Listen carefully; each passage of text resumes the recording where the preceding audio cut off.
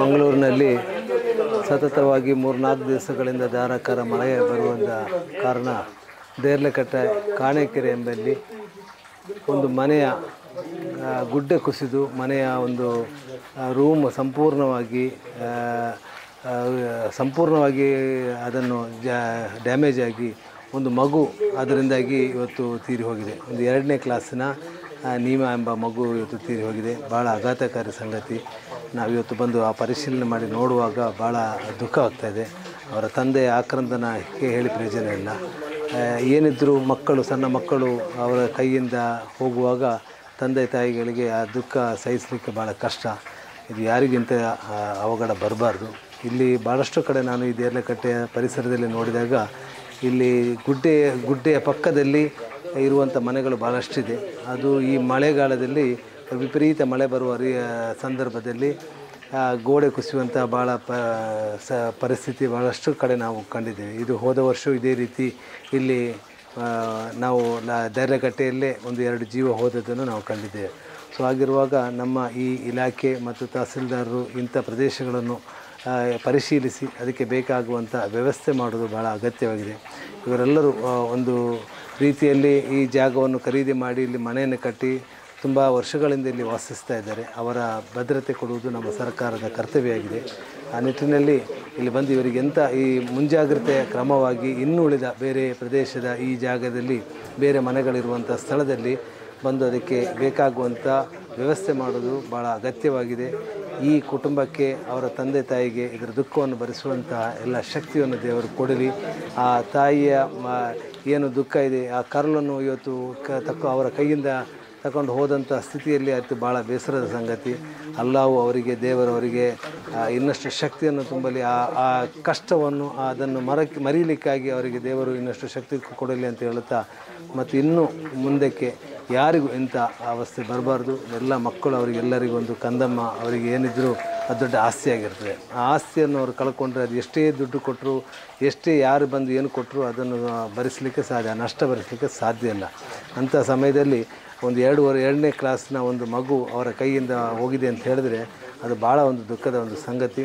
ಅದು ಅವರಿಗೆ ದೇವರು ಇನ್ನಷ್ಟು ಅವರಿಗೆ ಆ ಮಗುವಿಗೆ ಸ್ವರ್ಗ ಕೊಡಲಿ ಮತ್ತು ಅದರಿಂದಾಗಿ ಆ ತಂದೆ ತಾಯಿಗೆ ಮುಂದಿನ ದಿನಗಳಲ್ಲಿ ಅದನ್ನು ಸುಖ ಸಿಕ್ಕಲಿ ಅಂತ ಹೇಳುತ್ತಾ, ಈ ಸ್ವರ್ಗದಲ್ಲಿ ಅವರಿಗೂ ಅದರ ಸುಖ ಸಿಕ್ಕಲಿ ಅಂತ ಹೇಳುತ್ತಾ ನಾನು ಇಲ್ಲಿ ಬಂದದ್ದಕ್ಕೆ ನನಗೆ ಭಾಳ ದುಃಖ ಆಯಿತು. ಆದರೂ ಏನು ಮಾಡೋದು, ದೇವರ ವಿಧಿ. ಇದು ಯಾರಿಗೂ ಏನು ಮಾಡಲಿಕ್ಕೆ ಆಗೋದಿಲ್ಲ. ಇದೆಲ್ಲವೂ ನಾವು ತಿಳಿದಂತೆ ಯಾರೂ ಏನೂ ಆಗೋದಿಲ್ಲ. ಇದೆಲ್ಲ ದೇವರ ವಿಧಿ, ಪ್ರಕೃತಿಯ ವಿಧಿಯಾಗಿರ್ತದೆ. ಮಳೆ ಬರೋದು ನಮಗೆ ಭಾಳ ಅಗತ್ಯ.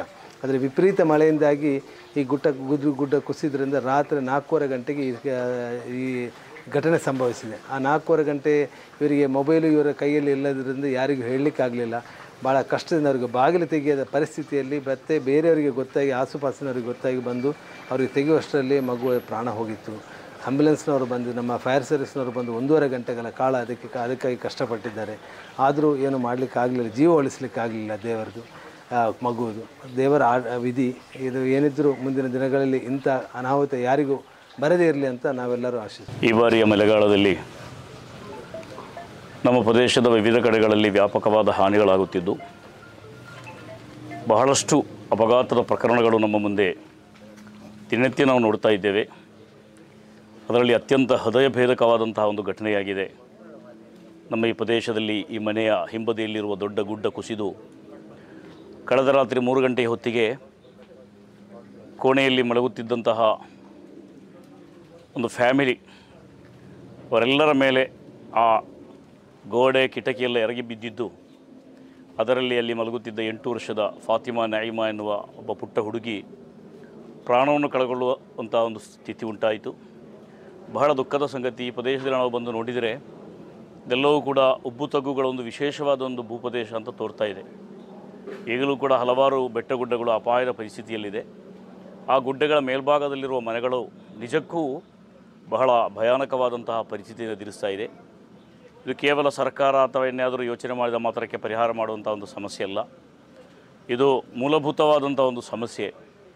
ಇದರ ಬಗ್ಗೆ ಪ್ರತಿಯೊಬ್ಬರೂ ಕೂಡ ಎಚ್ಚರ ವಹಿಸಿ, ಪ್ರತಿಯೊಬ್ಬರೂ ಕೂಡ ಇಂತಹ ಪರಿಸ್ಥಿತಿಗಳಲ್ಲಿ ತಾವೇ ಪಾಲಿಸಬೇಕಾದಂತಹ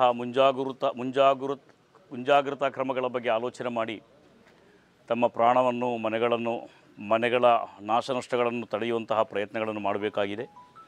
ವಿಶೇಷವಾಗಿ ಈ ಒಂದು ಮಳೆಗಾಲದಲ್ಲಿ ವ್ಯಾಪಕವಾಗಿ ಆಗುತ್ತಿರುವಂತಹ ಹಾನಿಗಳನ್ನು ಸರ್ಕಾರ ಗಮನಿಸಿ ಗರಿಷ್ಠ ಮಟ್ಟದಲ್ಲಿ ಸರ್ಕಾರಕ್ಕೆ ಬೇಕಾದಂತಹ ಪರಿಹಾರವನ್ನು ಕೂಡ ಕೊಡಬೇಕು ಅಂತ ನಾವು ವಿನಂತಿ ಮಾಡಿಕೊಳ್ತಾ ಇದ್ದೇವೆ.